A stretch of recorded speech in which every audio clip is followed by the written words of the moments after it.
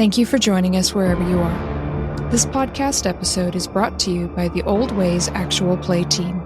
This actual play uses the 5th edition Vampire the Masquerade tabletop role-playing rules by World of Darkness. This actual play is performed by adults and in an adult setting. Listeners should know that this podcast is intended for a mature audience and will include strong language and mature themes. All content, including names, places, events, companies, and so forth, that may bear resemblance to entities living, dead, or undead is strictly coincidental. My name is Rena Henze, and for tonight's game, I will be your storyteller.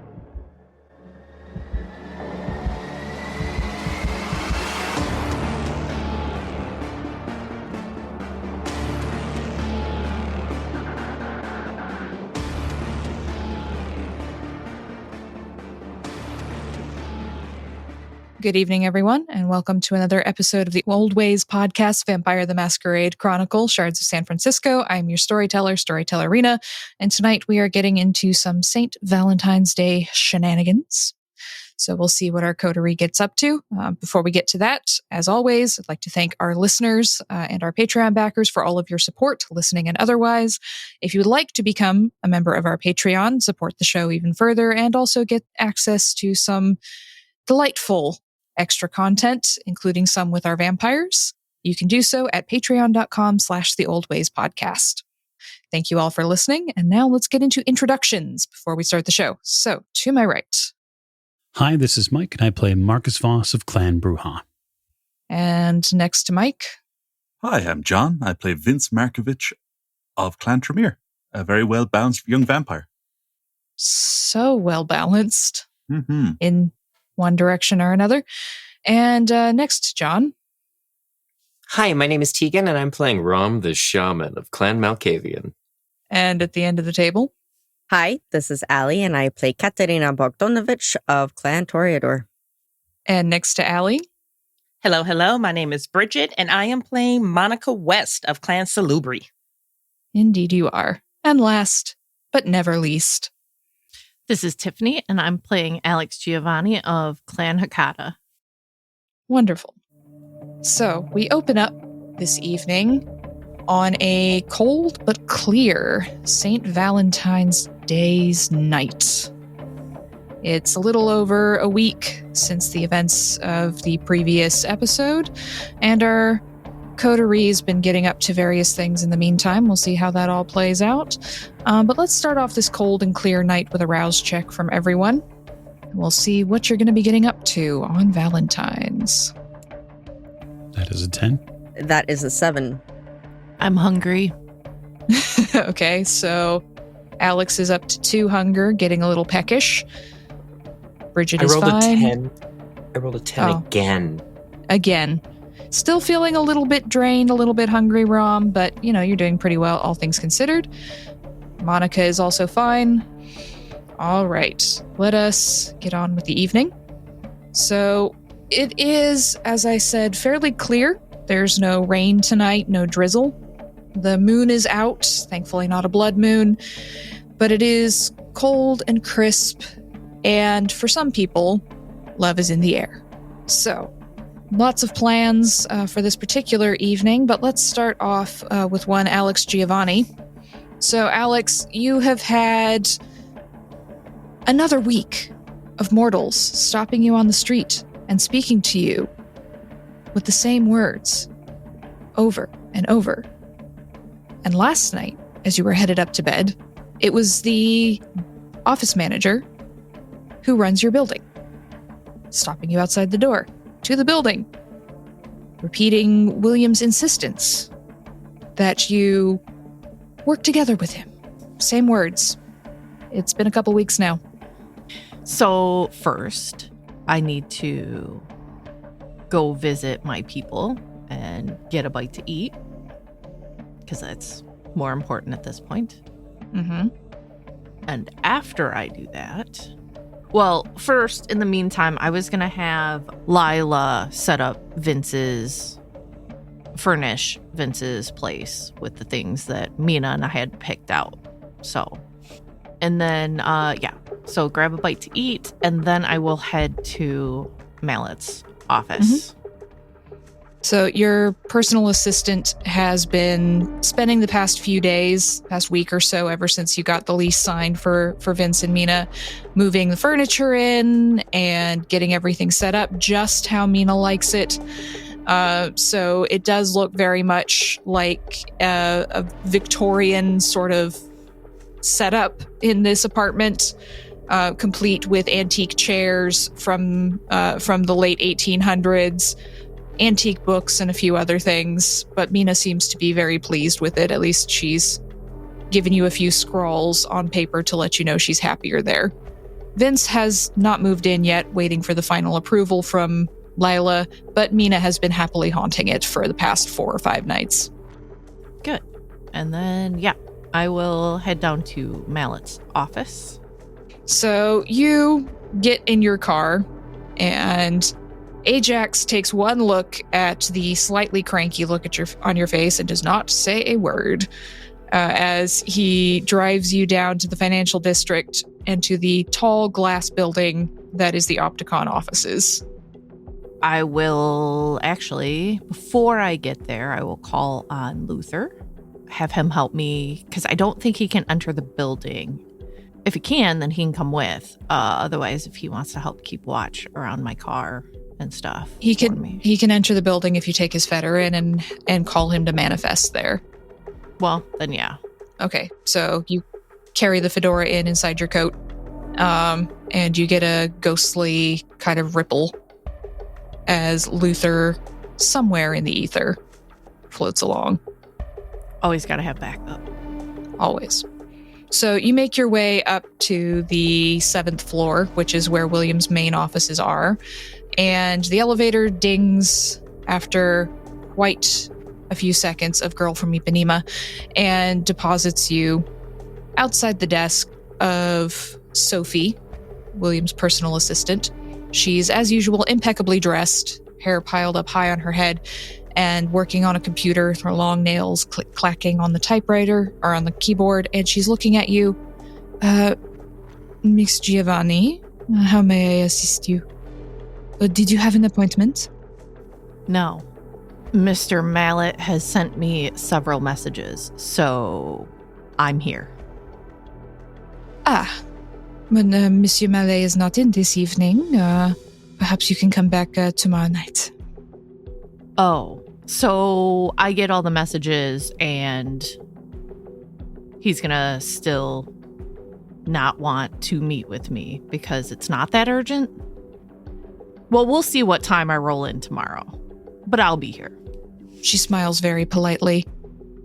Well, you were given many messages over the last couple weeks, and Monsieur Mallet's time is very valuable, and he cannot just be sitting here waiting for your pleasure to arrive.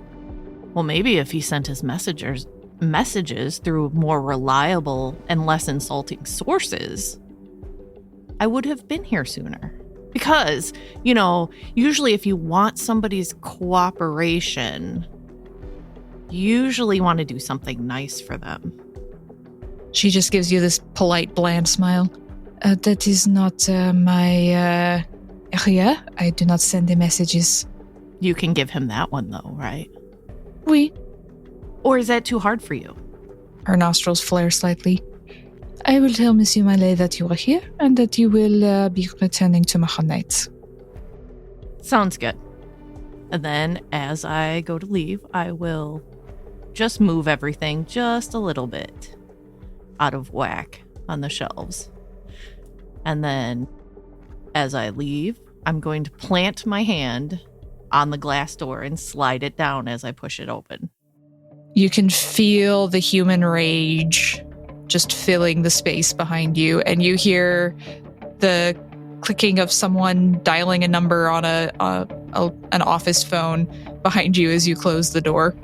And then I will say quietly next to me, because I'm assuming Luther's nearby, you want to move anything else, you can, or leave another handprint. It's cool with me. There's a low, long chuckle, and then a whole bunch of folders go flying off the shelves in the room, and one of them actually hits Sophie in the head before falling to the ground. Nice. put my hand up like a high five.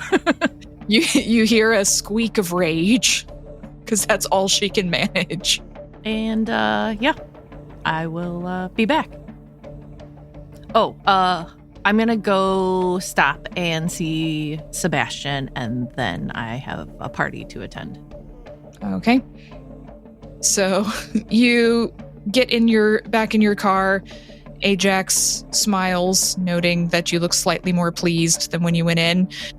And you feel a cold bit of breeze through your gelled hair, usually a sign of approval from Luther. And you can drive off towards Elysium. So we'll leave you driving towards Elysium to see Sebastian for the moment. Rahm the Shaman, you've got a party tonight that you are hosting. I do have a party tonight that I'm hosting. So how are you preparing for that? Oh, well, honestly, I am preparing myself for the party. The party is getting prepared by my staff and my tribe and all of that work. You know, this is like a hierarchy set up here. Mm-hmm. You know, I have people do things, and then I just maintain myself now and maintain all of them. Oh God, what am I gonna wear tonight? Okay, so I have found these amazing DKNY pants that are like fake leather. They are horrible though, because they can either like, you can't dry clean them and you can't wash them. They're like hand wash only. But they were at Ross for like $2.33. So I snagged those. And over top of that is this absolutely adorable kind of like flared shirt with very black satin, but then on top it's kind of got like this little fake leather edging on it, because we're going classy tonight. It is Valentine's Day. And on top of it, barefoot. Somewhere across town, Alex is cringing and doesn't know why. I can feel that. You can feel it through the network. Some Malkavian at Elysium noticed Alex suddenly wince, and you can feel it through the network. And I am walking barefoot on the deck of the ship, which, by the way, is covered in non-skid. So, like, you would not want to walk barefoot on that. But that's fine. And I'm just checking on various things. I'm making sure that the music is ready. The nondescript music is ready. And the streamers and decorations, the balloons. So when Rahm looks at the table where there are only human snacks, well, there are human snacks walking around, but snacks for humans, they just sigh and lament that they haven't gotten their hands on any of those delicious bloody crumpets. So I am checking my time, and I'm seeing how long I have till any guests show up. You've got about an hour until the first guests arrive. So you have a little bit of time, not too much. You've spent so much time getting ready. It's much later than you were expecting.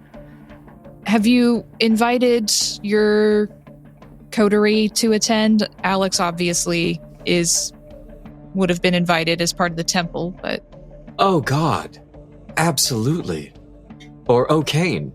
I have absolutely just invited everyone. In fact, Marcus has gotten like 2 invitations. 2? 2 invitations. Well, I didn't know where to send it, so I probably taped one to the Connex box and then sent one to the office. You know, now that he's in this position of leadership, I have to be seen that the Baron is here, that this is sanctioned, that this is approved, and so I've even probably sent a runner along just to make sure that anything that is necessary or needed is being taken care of. Because if nothing else, Rahm is a sycophant. So I never would have guessed. Oh, good. Never crossed my mind. Preening sycophant. Those are the words that will be on my second gravestone. So Rahm is getting ready for the party, having invited everyone, and is bemoaning the lack of edible pastries for vampire kind. Baron Voss and Katerina, are you planning to attend Rahm's party this evening? Yeah, I think we would at least make an appearance. It's a party that's happening in a protected portion of the barony, and so we should at least make an appearance. It would be very upsetting to Rahm if we didn't. So say the 2 invitations he's sent. And so we wouldn't want to disappoint dear Rahm, especially after all we've been through. It's so much history. I think I am very interested to see if he would have perhaps invited his, what I can only imagine is either former and/or current Malkavian whip. Perhaps there'll be an appearance by Roger. We would very much like to see Roger again. He was fun. There's not enough fun in our world yet, but give it time. So yeah, this evening, or this evening, then we would certainly be prepared to make an appearance. Wonderful. So you have a little time to get ready. Do you have any business that you need to attend to this evening before you get to the fun part? Well, business. Yes, I would like to get an update, I suppose, then from the information that Jane may have come back with. It's been several days. It's been, 8 or 9 nights now since the meeting in the office, so I would guess I would want to get their impression of the space and then any other information that might trickle in about the kindred of the barony we would be most observant of. So Jane has left you a packet of information down on your desk. Esmeralda says it was dropped off by a very strange looking human who then disappeared into the night. But Jane leaves you a note on top of it saying that she's assisting Frank with some entertainment this evening for Valentine's in the Castro. And so couldn't make it herself, but she's written up all of her notes. Both Jane and Katerina probably would have let you know about Vince's human sacrifice room. I don't know if Katerina did, but Jane definitely did. So she writes, Jane starts off with another note about, so human sacrifice?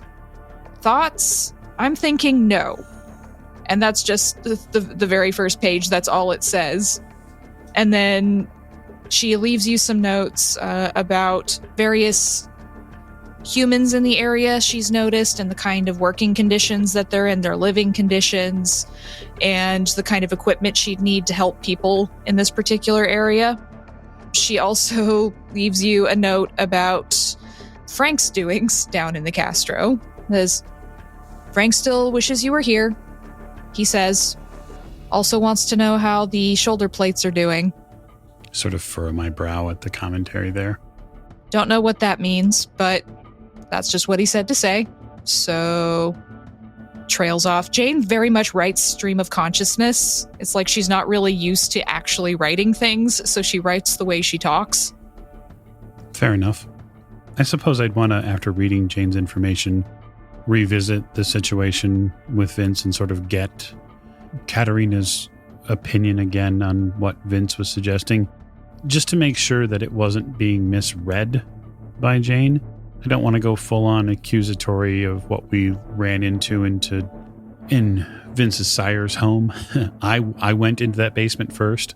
I saw that room that was set up, the space that was set up there. If that is what's being suggested, that is a bridge too far for me. So yeah, I would inquire with you, Katerina, as far as what Vince was actually suggesting. Is there any sort of space here? Is there something being misconstrued? Oh no, he wants a ritual space. Do you understand to what end? Not completely. Mostly that he wants to experiment on very likely kindred and kind of like. This is troubling. Yes. He mentioned that with the tinted heroin still circulating, he needs a space to experiment because he doesn't want any more vampires melting. His words, not mine. Melting. Is he presuming that the humans may melt? Kindred melting. I'm going to have a talk with Vince. Yes. There is no circumstance that I can think of that would allow for our young Tremere to be granted a space like that. I will put away the report and put it in our safe here, so that way we have that on lockdown. And then say, how do you feel about an 11 o'clock arrival at the party? Is there a problem? No. Whenever you would like to go. Would you prefer to go earlier? I would prefer not to go at all. The coterie was through an awful lot. Yes, and the support is helpful, and I realize that, but I'm not looking forward to the activities that people likely encounter. Oh. Well, you're not going to be required to partake, if that's the question. No, and I would not. I would also prefer not to see them, but that is neither here nor there. Well, we can be brief, but still be social. After all, many of the kindred that are there may be those that we have to work with later. Yes. All right. I'll be getting ready a little later. I'm going to prioritize Vince. Would you like company? No, my dear, I think this is something I best handle myself. Understood. Okay, so are you taking any of your security with you? I probably shouldn't rove without them, but I don't need a ton of them. On the way, I'm going to be, because I believe I have her number, and Monika can correct me if I'm wrong, but I believe I have Monika's phone number, a way to get a hold of her directly now. Yeah, she hit you up in a panic, like literally Right. 2 hours after she left Fort Knox that first time. Yeah. Mm-hmm. Yes. I'm going to call Monika on the way. So, Monika, it's Valentine's night. You've had treats and a Cash App gift sent to your ghouls. With all really cheesy lines. Like, they all know she's a vampire, so it's like, one gets like, you drive me batty, and like, I can show you a bloody good time. Like, they're all super cheesy vampire safe phrasings with these $500 Cash App drops. Mm-hmm.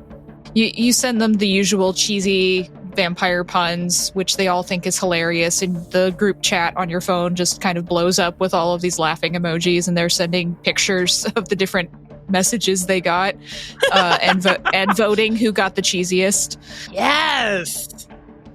But Chase has gone out for part of the evening. He promises you that he'll be back with a snack to celebrate Valentine's later. And he just kind of kisses you on the forehead and ruffles your hair before he goes out the door. And as he goes out and you feed the cats, you get a phone call from one Marcus Voss. Okay. She's like probably answering that phone while simultaneously fussing at a cat. Like, nope, stop it. I understand that you don't like liver, but that's all the store had. Hi, Baron. I mean, Marcus. Hi. Hello, Monika. How are you? I'm actually okay. How are you? Good.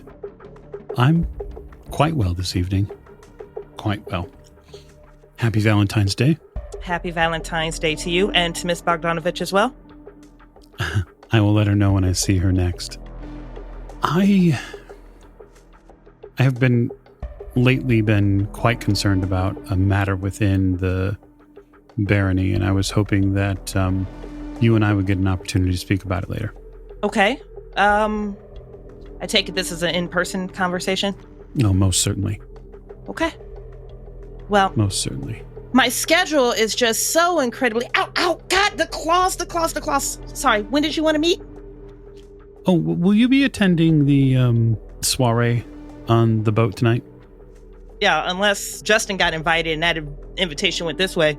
She paused and she says, no, I don't think I was fortunate enough to get an invitation to that. Well, allow me to update their guest list. What is this? Well, a member of San Francisco's most infamous coterie is having a social gathering on the bay this evening. A special houseboat warming, I believe. And I'm certain that the owner of said boat would be more than interested with having you there. Is this the Malkavian? It is. Yeah, I've heard of him, them. Could you clarify the pronouns for me? No, I believe both would work. Okay. Yeah. Is this a recreational invitation or do you want me to go and work it? Oh, no. No, simply recreation. I wouldn't think of tasking you with work on their boat. So apologies for me pushing this direction, but do they have anyone on staff that you're aware of that is protecting the masquerade, looking after the kind? You know, this is something that I used to do before I got pushed out of my life. I make a mental note when she says pushed out of. Well, it's my understanding that Rahm is obeying the barony's guidelines, which include the masquerade. It is also my understanding that the boat will be moored somewhere off the main coastline, which should lessen the concern. But that said, I'm certain that my presence there will assist in reinforcing any sort of masquerade issues we could have there. You have so much more confidence in Kindred than I do. But no, sure, I'll be happy to attend as a guest. Well, if nothing else, my presence there could be assistance in punitive matters. The masquerade will be enforced one way or the other. That's part of the rules. That wasn't a challenge. You do know that, right? Of course. I also do know my coterie mate and how they enjoy pushing the boundaries. Well, yeah, they have a reputation. I haven't met them, but they have a reputation. Rahm has been nothing but nice to me ever since I met them. Oh, no, I'm talking about the quality of their parties. Oh, well. Again, I worked that circuit. I had this, oh my goodness, and she's already off on a completely different conversation. But she's like, oh, I had this potential client come in once, and we were going over the spec, how many kindred, how many kind, you know, what the food was going to be, the setup, and he made the statement, oh, this is going to be a Rahm party. And at that point, I hadn't heard the name before, and then I didn't stop hearing it. Very well. Very well. I appreciate you bringing this to my attention. I'm certain that the party will be unforgettable. That is a choice selection of, God damn it, with the claws! And the phone accidentally hangs up. I let it go. So I know I'm heading to Vince's. The last thing I need to do is I need to pen a letter, a very short one. Okay. So I'm going to do that after I talk to Vince. Okay. So, Katerina, Marcus was a little cold as he left. Not in his attitude towards you, but you could feel sort of the air around him. You've been living with Marcus long enough that at this point you've started to become attuned to some of his moods and just his body language in the way that he moves. And when he leaves the Haven to go have a word with Vince, you get a bit of a chill up your spine. But you have other things to worry about this evening. And one of them is a social event that you really don't want to have to go to. It's true. But, well, living with the Baron means you have some social obligations, so... Also true. As you are getting ready, you get an incoming text message. No, who's texting me? You check your phone, and it's from the usual suspect, the only one other than Marcus who texts you, which would be Ray Ray. Oh, all right. What's he want? Ray Ray, by your request, has given you your space. He doesn't bother you that often, but he does check in every now and then to see, as he puts it, make sure you're still breathing, which usually makes you chuckle. But tonight, he says, probably got plans for Valentine's with your boo, but when are we having a double date, huh? You can't say no to me on Valentine's Day. Another text pops up. I don't type fast enough to retort to that. And Ray Ray knows that. He knows that I don't type fast enough to retort. The stare at this text message is very long. Ray Ray's more fun than an orgy party, that's for fucking sure. And I'll type back real slow.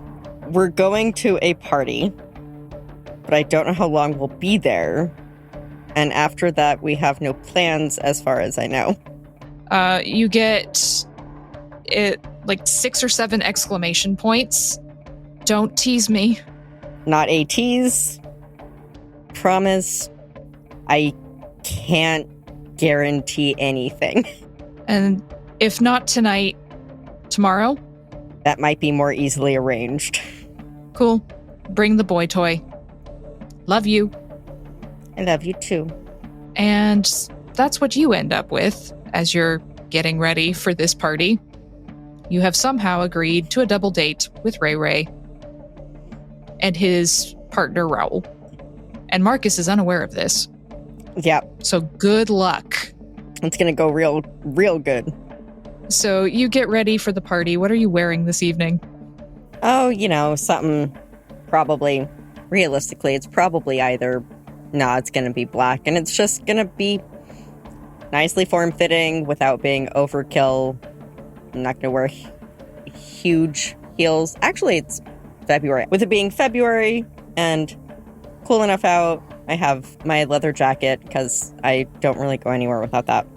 I've got ankle boots on with just a black dress. Nothing fancy, just nice enough that it suits any party, or almost any party. Wonderful. So you will be ready when Marcus returns, and you will have to share some news with him. Maybe. Unless you're planning on kidnapping him tomorrow night, which will not go very well for anybody. Speaking of the Baron, let's have a look in on how Marcus's meeting with Vince is going. Do you drive yourself, or do you have your security drive you? I'm going to drive myself, but I'll have my security follow. I'm not willing to abdicate driving just yet. I thought not. So you drive yourself with another car at a respectful distance behind you, but close enough that if they need to roll out of the car and bite someone's head off, they could. And you pull up outside of the dilapidated older building that Vince is still in. He's supposed to move into the new place tomorrow, but he's still hanging out here for lack of a better place to go at the moment. All right. I'll step out of the car and, under the watchful gaze of some of my protective detail, knock on the front door. Okay, so Vince, you were invited to Rahm's party this evening because Rahm still likes you. Were you planning on attending? Kind of hummed and hawed about it a bunch, to be honest. I don't think I'd be the best guest. I don't feel like I'd be very fun. It's not like when Karen was around. So was gonna go, I'm gonna see if I can make it, and then kind of just not show up. Respond yes on Facebook, but not actually attend. Just say at last minute something came up. That was the plan. That's the plan. Okay. So you had written back, because you can't use Facebook. You had written back to Rahm that you'd try and make it, but you have absolutely no intention of doing so. You don't really like other people's company anymore. It still feels a bit weird to you. You miss having Mina around all the time. She kind of goes back and forth between the new place and yours. And when she has energy to talk to you, she talks to you about the antique chairs that have been moved in, and how Alex's personal assistant actually managed to find a desk that Mina had used back in the 1890s, and just how excited she was to have that. But you realize you don't actually enjoy being around other vampires as much because it's too much talking. and too much looking at you. And it's not pleasant. And there's also the whole attempted assassinations part, which I've not been very keen on, if I'm honest. No, there's been a couple. And there's also the fact that you know that if you go to this party, anyone who looks at your aura is going to get an eyeful of those nasty black lines. Sometimes I just look at my own arm with my spirit vision, and I'm just like, oh, look at me. And it's not great. Not great. It's not a good vibe for you. Mm-mm. So, I mean, if it was Halloween, maybe, but not for Valentine's Day. Yeah, exactly. And like last Valentine's Day, Karen was still alive, and that was pretty great. We had good times. You had a really interesting night. Yep. But tonight you're sitting in one of the 3 rooms of this dusty old apartment, and your books are just kind of stacked on the floor around you. You haven't even put them on bookshelves because the one bookshelf you have is mildewed. In here, you haven't even moved your furniture over from the previous bungalow because you hadn't thought about it. It hadn't actually crossed your mind. You were too busy with ritual things and blood and all of that. And avoiding assassins. Yes, avoiding assassination attempts has been a big thing for you lately. So you might be a bit surprised when there's a knock on your door. Vince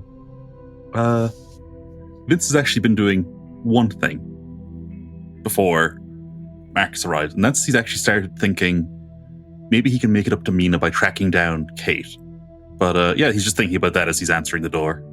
There's just a bunch of loose notes like, as per usual, Vince will stand to the right of the door and open it slowly, tilting his head. Oh, Marcus. And then just like closes it, takes the chain off. He's like, I don't know why I bothered really. If someone wanted to send an assassin, they'd send someone like you, and that the door wouldn't stop them. I raised my eyebrow. I said like you, not you. I don't think they have more than one. Won't you come in? Certainly. I step inside. Now, I haven't seen Vince in a few weeks, maybe more. Yeah, you haven't really seen him since Christmas, right? Since the whole group got together to talk about things. He's been kind of secretive and quiet, and the few times you've met with, say, Rahm or Alex, he's just never shown up. He's always said something's come up. So all you have from him for the last month and a half or so is reports from your security people, from Jane, from Jean, and of course from Katerina. Certainly. How's life, Vince? How's it treating you? You know, Marcus, it's been rough. I've realized I caused a lot of trouble for a lot of people, even though I try to do the right things. Here, I want to show you something. And he like leads you to a wall, like a pile of papers on the floor. And it's just like scraps with just like loose handwriting. And he's just like, because I kind of lost control and, committed diablerie, I figure I can't really go out so much. And that's why I've been keeping a low profile. I've actually been starting to look into Mina's daughter. I'm thinking that maybe, based on what Alex explained to me about fetters, I think I'm one of the things that binds Mina to San Francisco. It's just some little research I've been doing on my own. And, maybe there's a better fetter than Vince Markovich. That would make sense. So you're trying to find a replacement that Mina can be tied to, yes? Yeah, Marcus, I've done a lot for my only relative that I can talk to, which is Mina. I thought I was making everything, better by getting us out of the bungalow before, I don't know, William Mallet sent some guys to commit arson in the daytime when I was asleep. I didn't mean to put her in that situation, but I guess I did. And I feel like a bastard for it, so I've mostly been feeling kind of sorry for myself. And contemplating what I think William Mallet would do to fuck with us. And I can't think of anything he wouldn't do to fuck with us. I tend to agree. Mallet's aims will be multi-pronged. And he's likely to try to pull in local allies as best he can. He'll use favors from the White Tower to pull different clans in different directions. And we already know that Phoebe is likely part of that assault. Yeah, she's definitely part. And he's going to relay the information that Phoebe's daughter gave him. He's like, so yeah, she's in tight with, she sees opportunities for her. Opportunities by? Oh, by working with Mallet to work up within the cam.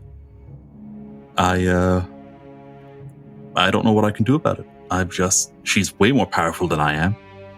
Yep. And I don't know what to do. Unfortunately, it seems that, and I don't know the entire gritty, ugly details of the conversation that happened between grandmother and some of the coterie. I'm aware that there were conversations that did happen. Perhaps there were promises that were made about her child, Zachariah. And we also know that those went up in smoke. Vince just looks down into a corner. He's just like, yep.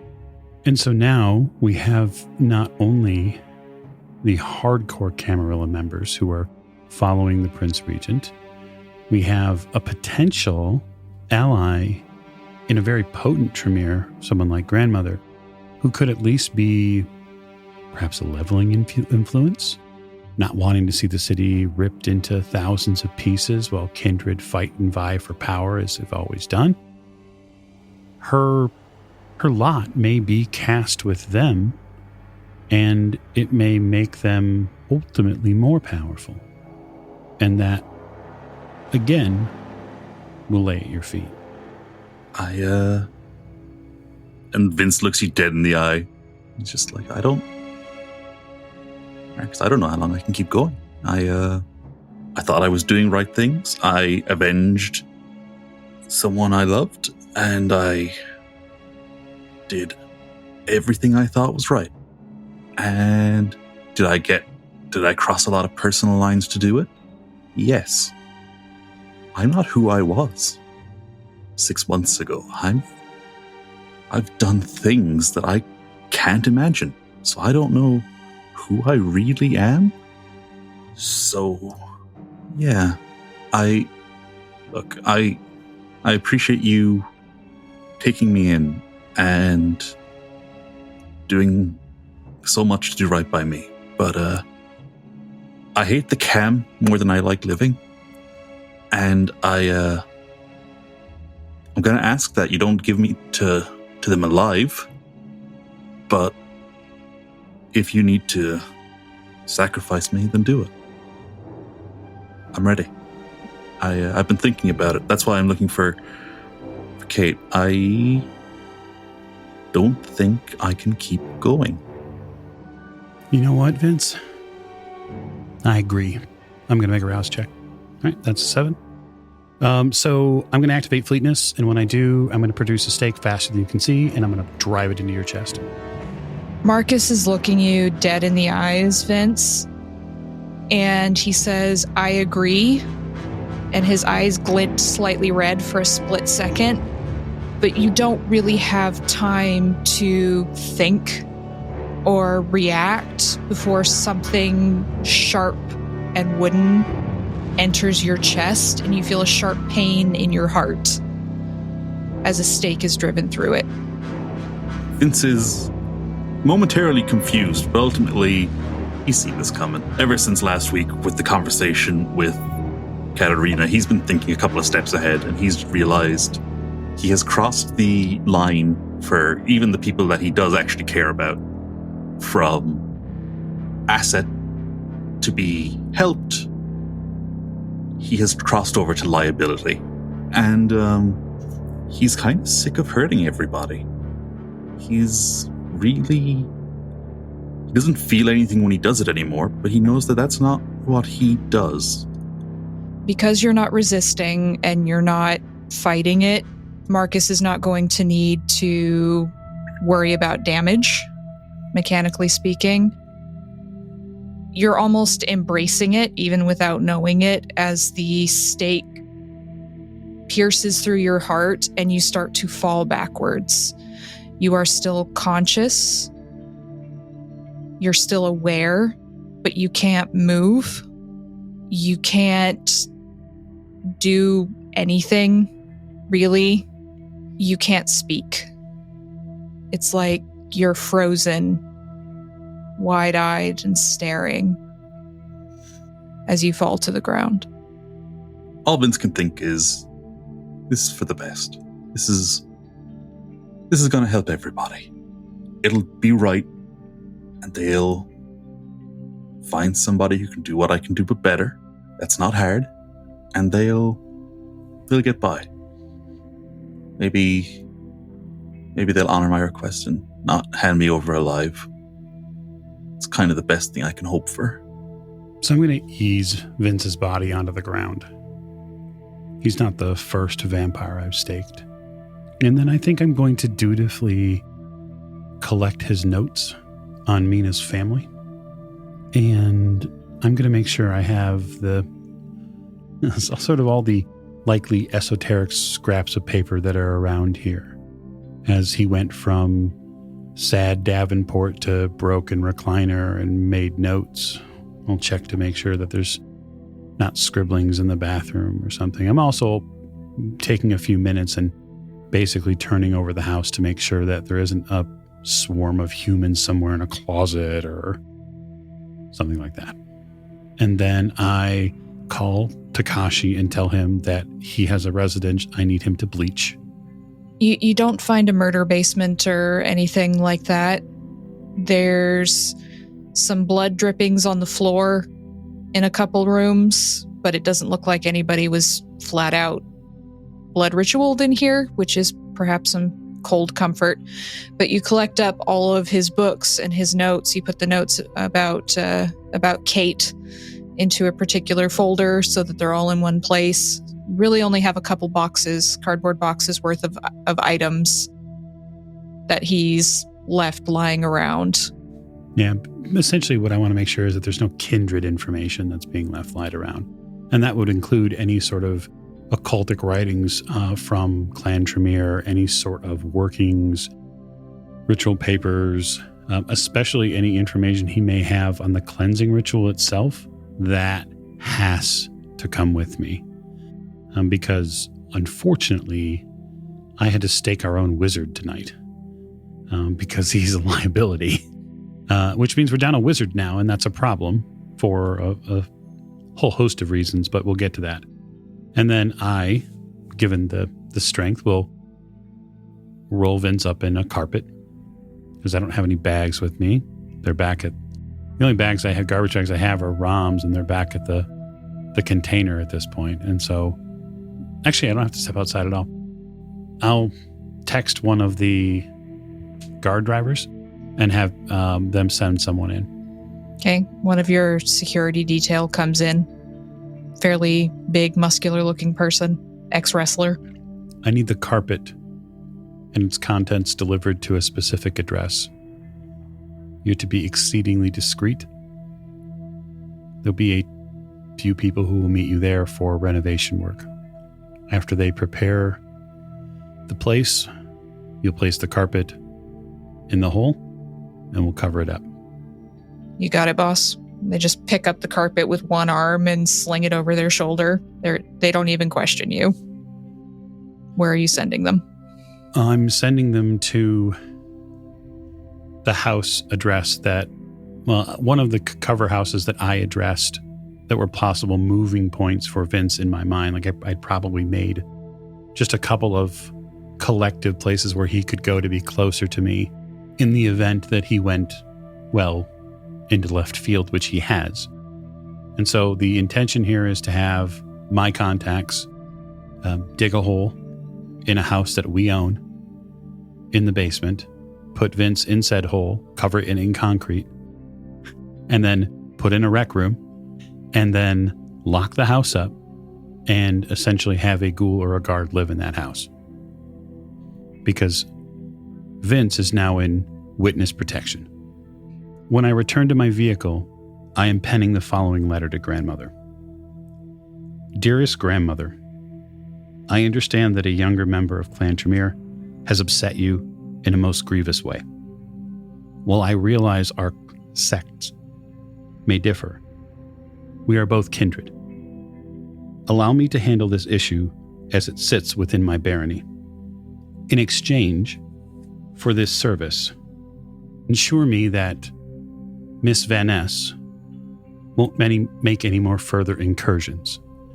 And when I spell Van Ness, I am giving both S's in her name a very classic World War II version. I sign it Baron Voss. You have this letter dispatched, perhaps handed to Esmeralda, and she has it hand-delivered by someone to grandmother's home as the carpet containing one Vincent Markovich is carried off to a safe house. There's already a team there working on creating a hole in one of the interior walls where the young Tremere who has lost his way can be safeguarded for a few years or however long it takes. He will eventually, as his hunger grows, lose consciousness and slip into torpor after a few nights of not feeding, and he'll sleep a long, dreamless sleep until it's time for him to come out and find his redemption. So, Alex, you are on your way to a party after having really pissed off Sophie Archambault at William's office. Luther has half scribbled out a note indicating that he's got something on the other side. Wink face. You don't know what that means, but he's disappeared into the ether. You can't feel his presence. But you've decided to stop by the apartment you've set up for Mina and pick her up to see if she wants to go to the party with you, considering she's mentioned being bored recently.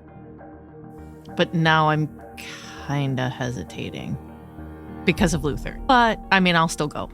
And I mean, it's my apartment basically at this point.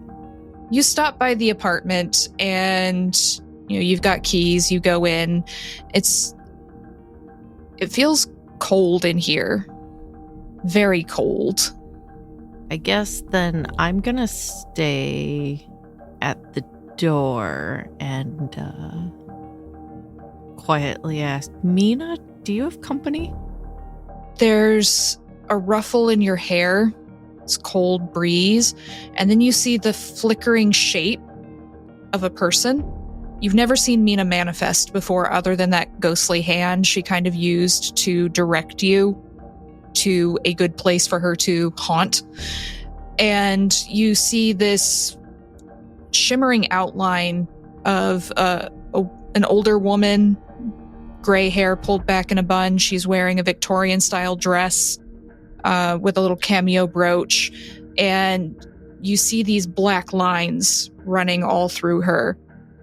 And she is mouthing something at you, but she doesn't seem to have the strength to get the words out. I will put my phone on the table, like with the messages open or notes or whatever. Mm-hmm. So maybe it'll be easy just to tap instead of actually write something out. You put the messenger app open on your phone, and the Spectre looks at it and just kind of flickers out and then flickers back in and then disappears. And you see the phone moving slightly and the screen lights up as she's tapping. Vince. Wrong. Cold. I will pick up my phone and try calling Vince. It rings and rings. Marcus, did you take Vince's phone with you? Yeah, absolutely. It's on vibrate, of course. Okay, so Marcus, you finish writing your letter, and Vince's phone in that cardboard box on the seat starts to vibrate. I look at the number. Alex Giovanni. And pick the phone up. Hello. What's wrong with Vince? Nothing. Mina says otherwise. Vince is being taken care of. He stepped over a serious line. You didn't kill him, did you? No, of course not. Okay. He's in torpor. I'm going to text you an address. Okay? Okay. Vince will be safe. I don't know if that'll make Mina any better, but Well, listen, I can't please everybody. yeah, I mean, I was going to say, but he saved us, but he's alive. So, well, not. You know what I mean. I do. I have some important information for you in regards to Mina. We should meet. Okay. Well, I'm going to the party. I'm also meeting he who shall not be named tomorrow. What? Trust me, it's fine. It's the thing that we talked about. Sure. So, Yes, party. Katerina, I will see you there. I hang the phone up. I will look in Mina's direction and say that it looks as if Vince couldn't be saved right now. So he's going to have to wait until a future date. Cold. Yeah. And he's gonna be. For a while. What can I do? Kate. Well, I have a meeting to, I don't know, discuss something about you. If you want to come. I was going to go to a party tonight and ask if you wanted to come with me, but I don't think you want to. No. Sad. Yeah. Poor kid. Yeah. He tried. I agree. Your clan has a way of finding that slippery slope and then sliding with butter all the way down it. Ouch. But fair. Okay. Tired. I will check on you. You still have this place until I'm no longer able to pay for it. Okay. And you feel that kind of coldness in the air sort of slipping away, like Mina's pulling back. You don't know if she needs to gather more strength or anything, but the fact that her main other fetter has been put into torpor is probably not great for her at the moment. But she disappears. You get your phone back and you can head to the party.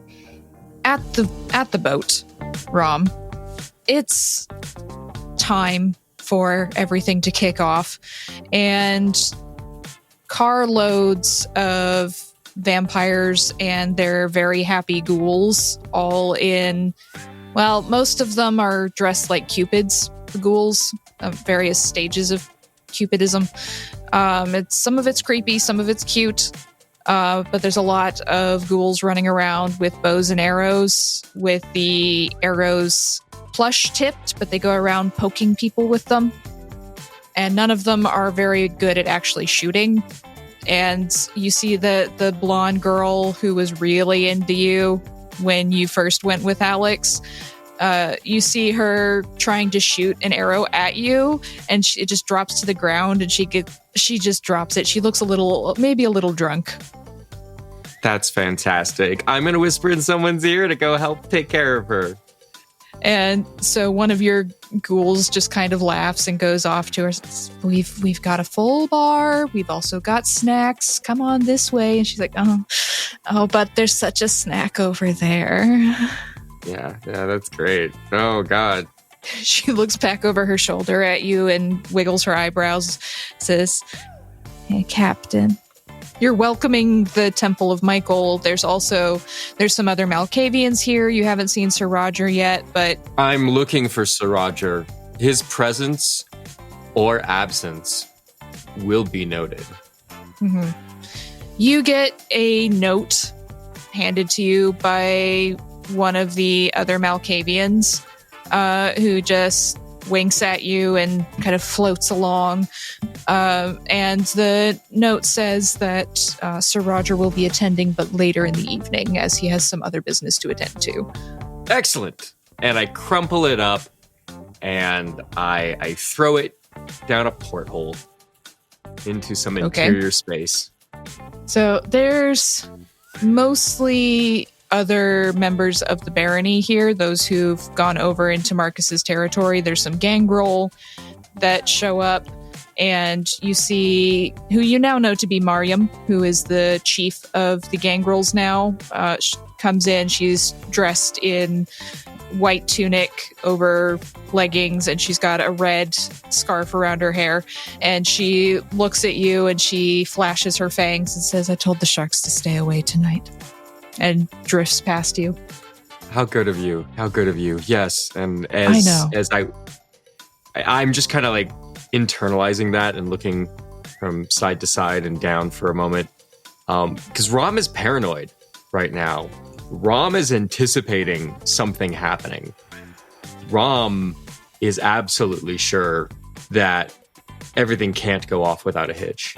And I'm keeping an eye out for my coterie members, each and every one of them.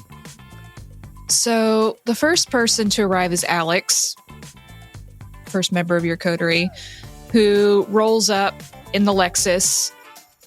You look down and you see Ajax is very pointedly staring straight ahead, not looking at the boat. As Alex gets out. Alex, darling, look at what we've done. Look at how good it looks. It's so good. I'm gonna just wave a minute and then look at Ajax, lean in his window and tell him, do you want me just to text you so that you can do whatever you need to do? Get a heart-shaped pizza or... Please. Okay. Have a good night. I'll see you later. Thank you. And he speeds off. Get up here. Get up this gangplank. Come on. Come check this out. You have to come see this. I will go see what Rahm is on about, though I'm pretty sure I know what's going on and what it looks like, but that's okay. Absolutely. Well, I mean, I've been consulting with the wink wink group about needs and services and all that kind of stuff. So I hope everybody's satisfaction. How are you doing? Why you look glum? You look down. You look, what's going on? I have things I can't discuss right now. Yeah, okay. What else is fucking new? Well, where can we get you set up? Do you have kit or anything? Or I know you're into kind of the harder stuff, so I didn't know if you had a suitcase or something. I don't know what I'm doing tonight. So you seem very, very distracted. Yeah. There's a lot going on. Probably be in my room if you need anything, or if Sebastian shows up. Do you want me to send Sebastian down to you? Well, I mean, him and I usually talk, but if he doesn't notice, I guess it's not a big deal. I'll give him your room number. Alex, you're not telling me things, and I get that you can't tell me everything, and I'm gonna say this while smiling so nobody else sees that I'm upset right now, but if there's something going on that might affect the safety and security of this event, I need you to fucking tell me. It's the opposite of that, but I'm not gonna ruin your night because I actually care about you. Oh, shit. Well, I am speechless. I'm just gonna grab Rahm by his cheeks, kiss him on the forehead, and walk towards my room. I'm just gonna let Alex go. Absolutely. So in this slightly stunned silence after that, you see another car pull up. This is not one that you recognize. You see a black Mercedes pulling up. It's interesting. You're not sure why it's interesting, but it gives you a little tickle in your brain. And the doors open, and you see two vampires you don't recognize. They both have third eye in the middle of their foreheads. And this gives me tickles. I have brain tickles. Yeah, it's a little different. I'm allergic. All right. You see a tall man with olive skin and very piercing eyes, wearing a very neatly tailored suit. It is as impeccable as Alex in the way he's dressed. And he opens the door to the other vampire, Monika. You get out of the car. Chase opens the door for you. You don't have to cover your third eye here. You know you're going to a Kindred party. The Baron has told you so. And all three of your eyes look around in wonder at this massive yacht that is docked here with all the other boats in the area. But there's music, there are people moving around, you hear laughter, and there's Rahm, who you don't know to be Rahm yet, but a very, very Malkavian-looking Malkavian with a top knot and leather pants or fake leather pants, standing at the top of the gangplank, looking down at you. So Chase is dressed absolutely exquisitely, which you can expect from Daddy.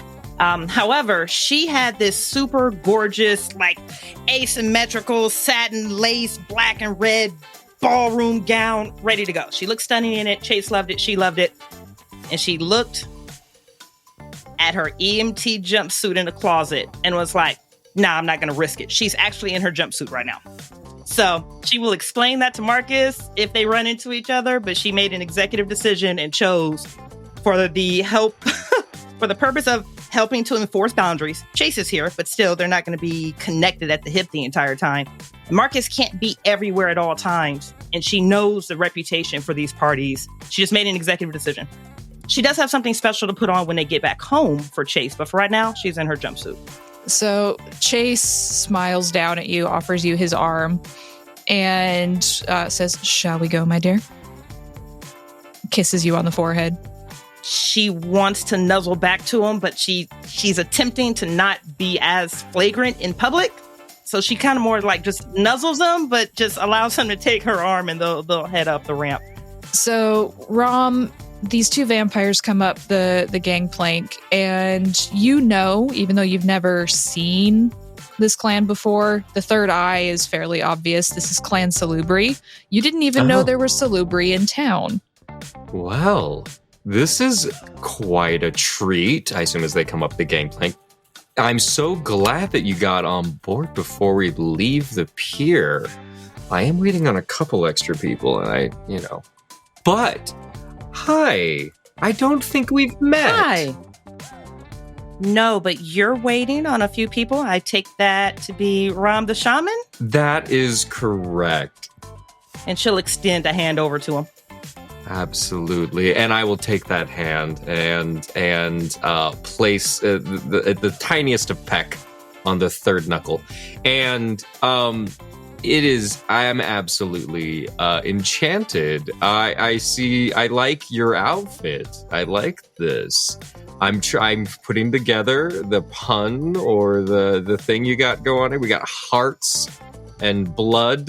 So you've got the EMT thing going on. I'm getting is this a thing? Hi, thank you so much for having us. We really appreciate it. We were forwarded an invitation by Baron Voss. Oh, and please, may I introduce my sire, Chase Oros. Oh, hello. Chase bows, but you can feel that third eye of his just kind of scanning you very slowly. That's fine. In the inside of my head, I'm humming something, so it's fine. I'm sure they're picking up that just like do do do do do do do. So you don't get the feeling that they're looking into your mind. It's not like they're part of a network. It's just the fact that they're around gives you a kind of different feeling in your brain than any other kind of vampire that you've been around. Especially with that third eye open, watching you. Oh, okay. And her third eye is the judgmental one, so it looks at you like you're an asshole. No, it's cool. I might just think the itching is. I mean, a lot of my ghouls are microdosing right now, so it could be that. Anyways, so have you ever been to So, have you ever been to an event hosted by the Order of Michael? She throws a glance towards Chase, and then she'll look at you like, no, I can't say that I have. Well, absolutely. Well, I'm a bit of a neophyte when it comes to this order, but we have several other members of their group on board that can introduce you to the various events and information that we have here. I think you're going to have... Is it a cult? It is... I mean, what's not a cult? Anyways, I mean, Peloton is a cult. You know, Herbalife is a cult. You're at a party, and you're going to have, trust me, the most amazing time. So, I would just like to introduce you to, if you go to the back of the deck, we do have this wonderful pool set up back there. I know you can't really, you know, people with our condition can't really sunbathe, but you can absolutely moonbathe on that lovely deck tonight as we pull out of the pier and under the bridge in just about an hour. Rahm, there's something about this speech that you just made and your passion and your enthusiasm and your energy. The more she looks at you, it's evident on her face. The more she likes you, you can see her lips spreading further and further into a smile. You can see her eyes lighting up. And she chews on her bottom lip for a moment. She says, again, thank you for having us. It's interesting. I have, sorry, this is like a really antiquated term, but I can't think of another word to say it. But I have a ward that's actually one of Chase's ghouls. And she's studying clan history right now. And she loves Malkavians. She will not allow us to move forward off of Clan Malkavian. And she said something to me that I think is really evident right now as I'm just looking at you. A Malkavian who is comfortable in their madness is one of the most beautiful things on earth. Oh, well, thank you. I think, yes, thank you. It was awkward, but it was definitely a compliment. Thank you so much for having us aboard your cult boat. Not a cult. Anyway, so welcome on board. So as Monika and Chase move off, Chase looks at you and he smiles and says, I've been to the temple once before. And he winks at you with all three eyes and drifts off. She'll playfully turn and she's going to start doing an actual working circuit of this event. How many layers, how many people, how many kind can she smell? Are people behaving themselves? I mean, she's going room by room, layer by layer, anywhere that she has access, she is working. She will play later on tonight. She is working right now. Okay, so you and Chase move around, and Rahm, you turn back to the gangplank just as two more cars pull up. One of them, the second car, no one gets out, but from the first car, you see Marcus Voss get out of the driver's seat, his usual vehicle, and open the door on the passenger side for Katerina. Oh, thank God. I'll go ahead and wave to them from the rim of the boat. Yeah, I'll acknowledge Rahm and move towards the boat. All right. Well, as you come up the gangplank, I am going to go ahead and give a very sweeping bow to the Baron von Voss. Yeah, I extend my arm and let Katerina take the walk first.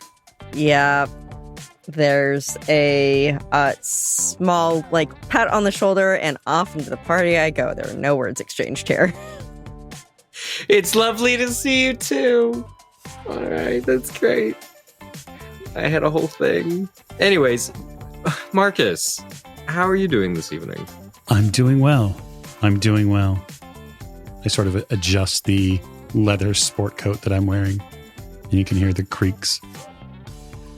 What's up with Alex? Well, I think anyone likely in Alex's position is probably weighed greatly by the information network that they help maintain. Oh, I can definitely feel that. God, I'm losing myself. But you know what they say? Just keep slurping. Just keep slurping. Anyways, I think you will find this event absolutely to your primal tastes. We have the most amazing guests tonight.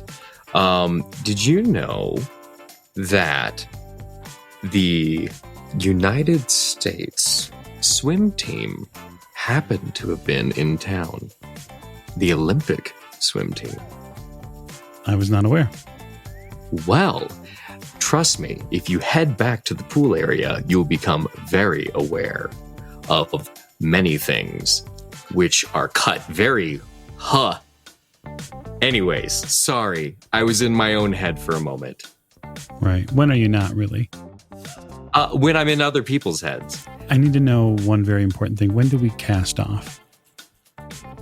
Honestly, I mean, unless anyone else shows up in the next 10 minutes, I was mostly waiting for you to make your fashionably late appearance. Good. It would be good to be away from the dock, just to be safe. You didn't bring any ghouls or anything with you? No, it wasn't necessary. Understood. If they're drinking, if one of the kind are drinking from a green solo cup, I just wanted to let you know they're also microdosing. So just be aware of that if that's not your thing. Duly noted. I know, right? With that, I guess I'll go ahead and walk over to an intercom and message the bridge. So as you message the bridge and get ready to cast off, one more car arrives and a door opens and you see the unmistakable form of one Sir Roger Hendley Funt emerging. And that is where we will end this episode. Thank you very much for listening, and a special thanks to John for his wonderful work as Vince over season 1 and into this season. He will be greatly missed. Poor Vince. Poor Vince. So thank you all very much, and we hope to see you next time. Thank you, and good night.